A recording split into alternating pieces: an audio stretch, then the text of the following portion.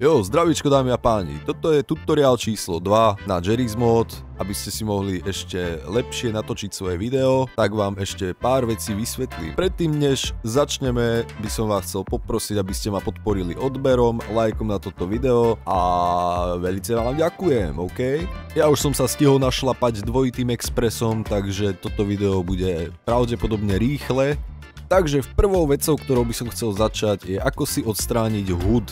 Keďže budete natáčať, ak budete natáčať nejaké videá, tak sa vám to velice hodí, pretože ako môžete vidieť, tak ja tu nemám ani, že koľko mám života, a keď si dám zbraň, tak tu v tomto rohu nemám ani koľko mám nábojov. Nezobrazuje mi to proste. A aby ste to odstránili, potrebujete spraviť jednu jednoduchú vec. Otvoríte si vašu konzolu a napíšete tam CL podčiarkovník Drav HUD 1.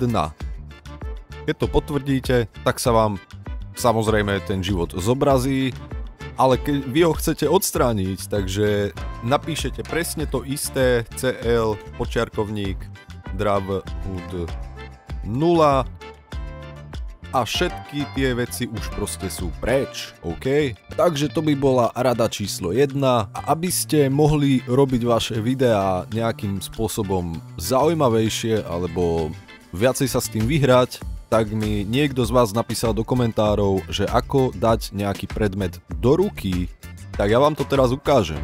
Ospravedlňte ma za moje vyjadrovanie. Tak, na to, aby ste dali nejaký predmet do ruky a aby to proste zostalo v tej ruke, tak spravíte následovné. Dáte si tú ruku do nejakej takej pozície, aby bola proste tak zreteľná, že môžete s tým lepšie manipulovať.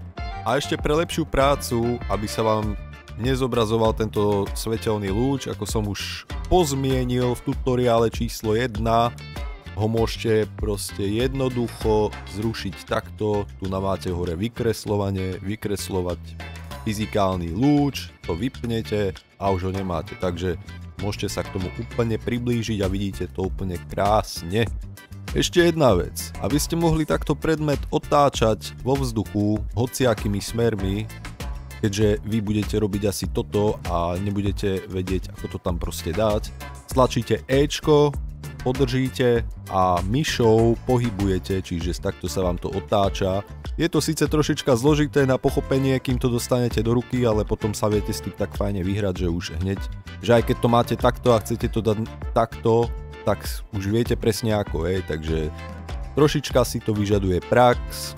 No a aby ste to už konečne dali tam do tej ruky, budete musieť spraviť tak, že dáte priechodnosť a kliknete na ten nejaký predmet, kliknite na telo, alebo hoci kde, ono to reaguje ako keby s celým telom, takže už to máte spravené. A teraz chytíte ten predmet, oh shit, ja si dám radšej no clip, aby som mohol sa takto priblížiť k tomu.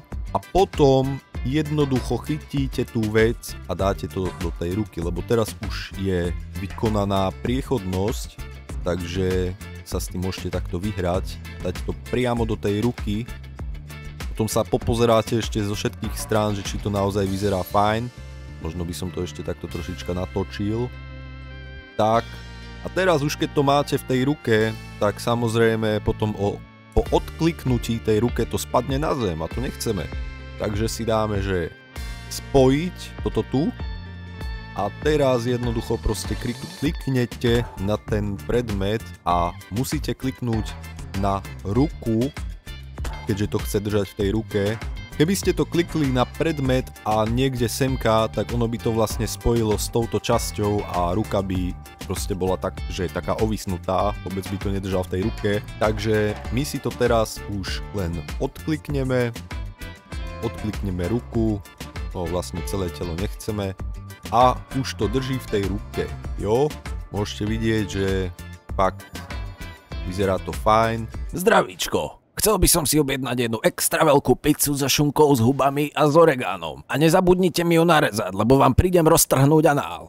Jo, takže aj takto si môžete spraviť takéto jednoduché video. Potom to už môžete aplikovať úplne so všetkým a je to úplne jednoduché. A ďalšia veľmi dôležitá vec, že ak máte náhodou nejakú scénku už pripravenú a chcete si ju uložiť, aby ste neprišli o celý ten váš proces, tak tu máte hore uložené. Ja ako môžete vidieť, už tu mám strašne toho veľa. A jednoducho kliknete na uložiť hru, vám sa to tu uloží. Keď to náhodou, že nevyjde, alebo niečo sa vám proste pokazí, tak to si to predvedieme. Že sa vám proste zničia tieto objekty, tak si to jednoducho môžete zase načítať a máte to na novo. Jo? Takže to je úplne pecka, kámo. Ešte ďalšia vec, ktorá by vás mohla asi zaujímať, je to, že ako si dokážete zmeniť ten svetelný lúč na vašom physic gune. Je to úplne jednoduché. Tlačíte C a tu v modeli hráča, keď na to kliknete, sa vám zobrazí váš model hráča, čo si môžete tu meniť vaše postavy, za ktoré hráte, ale tu hore sú farby, na to kliknete a tu farba zbrane. Čiže ja si môžem nadstaviť úplne hociakú farbu, aká sa mi zapáči, na to si kliknete, ale podstatné je, aby ste sa zabili a potom sa vám to načíta. Ja to úplne rozčerevnilo tu No a môžete vidieť, že ja už mám zelenú physic gunu, takže ja si myslím, že pre tento druhý tutoriál by to mohlo byť zatiaľ všetko. Ak budete mať nejaké otázky, kľudne mi napíšte do komentárov, ja sa vám na ne pokúsim odpovedať. A zatiaľ čau.